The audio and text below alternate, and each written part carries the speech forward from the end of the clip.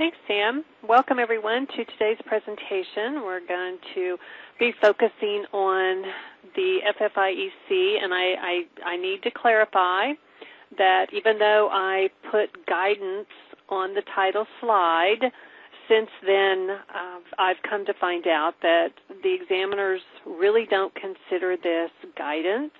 They are calling it an information paper. So we're going to talk about that information paper and what their expectations are on what you're doing if you were engaging in cloud computing. And then I'm going to go a little bit deeper because the paper that was issued was fairly high level, and so I've gone a little bit deeper into some of the things that you definitely want to think about, and I've gone into some of the risks with doing this as well. And on top of all this, I don't know, I was actually a little surprised when I saw this paper come out. They caught me off guard with this one because I actually was expecting to see one on mobile banking and something that would include the BYOD, the bring your own device.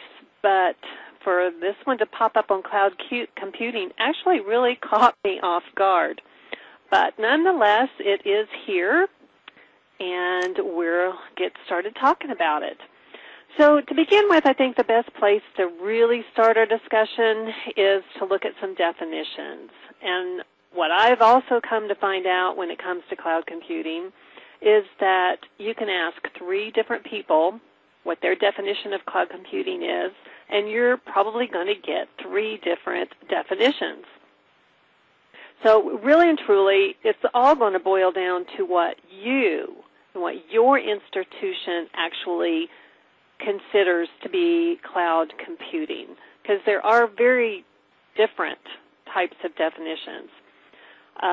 I think probably just basically saying cloud computing is cloudy at best is probably a pretty good one, but I know we need to be a little bit more definitive on that. Now, you can ask some people, and I've seen definitions, and I've got the answer that, well, cloud computing, that's virtual servers that are available over the Internet. I've also seen it called virtualization on steroids, which I thought that was pretty good. Most people that I talk to, especially when I'm talking to bankers, you all consider this anything that's outside of your organization, anything that's outside your firewall, using resources, networks, servers, software, storage, whatever it is. If you're using it over the Internet, then it could be considered cloud computing. I've also even heard it defined as, in very, very simple terms, as thinking about it as an Internet timeshare. I kind of like that definition. I thought that was pretty good. I mean, it does seem to fit, especially if we're defining it as a network of information systems, resources like the hardware, the software, even knowledge that we use, that's all provided web-centric or online services that are basically rented. So, Internet timeshare, that could be a pretty good definition. I also really like the definition that Kevin Marks gives. I think it's very much right on when he says that it really comes from the early days of the Internet where we drew the cloud, or we drew the network as the cloud, and we didn't really care where the messages went because the cloud hid it from us. And so we did use that terminology, the cloud. And so in some respects, I think we're not really doing anything any differently. It's just we're now using a different marketing terminology for, Internet processes, and we're calling it cloud computing. Now, there's 2 individuals from NIST, the National Institutes of Standard and Technology, that actually define it as cloud computing is a model for enabling convenient, on-demand network access to a shared pool of configurable computing resources. Again, we're talking networks, servers, storage, applications, services, and all this can be rapidly provisioned and released with minimal management effort or service provider interaction. This model promotes availability, and it's composed of 5 essential characteristics, 3 service models, and 4 deployment models. And we're going to kind of get into some of that in just a few minutes. They go on to talk about the essential characteristics of it being on-demand self-service, a broad network access, resource pooling, rapid elasticity, and measured services. So really, no matter how you define it, it's all evolving, it's all growing, it's all changing, and all organizations, including financial services, are embracing it. So I think a lot of that all is why the regulators really decided to finally put out this informational paper and to do it fairly quickly, because they were seeing, depending upon the definition, and if you use the definition, anything outside your resources outside your firewall, anything outside your facility, outside your network, then most definitely financial institutions are starting to use these services and have for quite a few years. So they felt like it was necessary to put this paper out there. It does kind of show a little bit more of a proactive approach, I think, from the regulators than what we've seen in the past. I mean, usually we see them out doing the exams and these things come up and it's been years down the road, and then we see something come out from a guidance standpoint. So I think they're trying to be a little more proactive and put this informational paper out there that basically tells us, what their expectations are and things that we should be doing before we engage and even after we engage.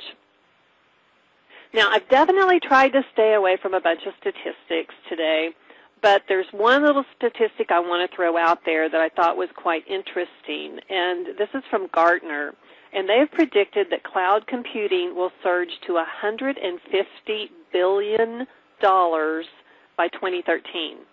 Well, this is the end of September of 2012. 2013 is not far away.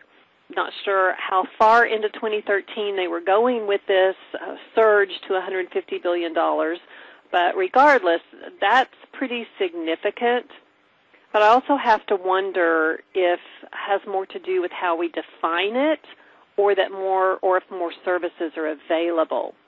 So that could be kind of interesting. And as I've said before, when it comes to statistics, we can really use them to support whatever argument that we're trying to get people swayed over to our side, our way of thinking about. So, take that statistic however you want to. But based on that, it does look like that there's an increase. Okay, when we talk about cloud computing, there are those service models. There are at least 3 that you hear most frequently, and then I've thrown out a couple of extra ones out there because I think that, depending on your definition of cloud computing, can be very applicable.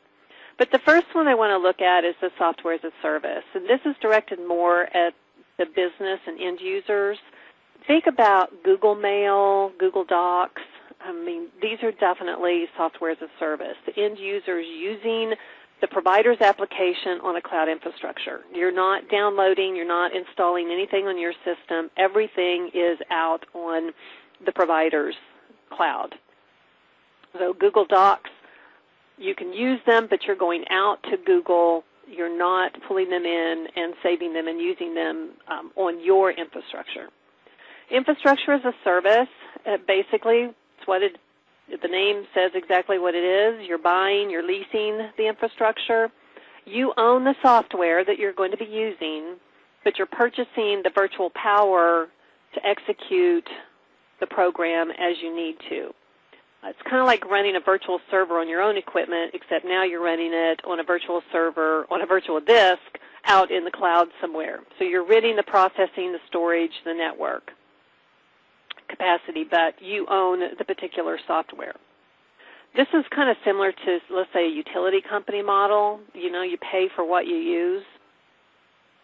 Then there is the platform, which is also an infrastructure as a service, but it's more platform computing.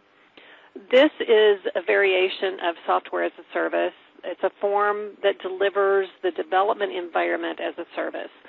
So you're building your own applications, but you're building them on another infrastructure. Excuse me.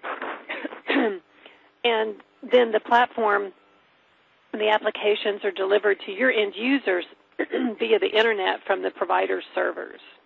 So you don't have the servers are somewhere else, so it's kind of like the infrastructure part of it, but you're using it from a development standpoint. I also saw this being compared to Legos, or if you're from my generation, you might be more familiar with Tinker Toys or Lincoln Logs, although they weren't quite as versatile as Legos. You couldn't build quite as many cool things as you can with Legos. But anyway, they're kind of comparing it to the Legos, so it's one of those things that you can build it. The services are only constrained by the vendor's design and capabilities. You don't have complete freedom, but you definitely have more flexibility and you get a little more predictability. When we think about this, prime examples might include Salesforce.com, the sales marketing support tracking. There's also Force.com, which is from Salesforce, or it's basically using the Salesforce.com platform, and it's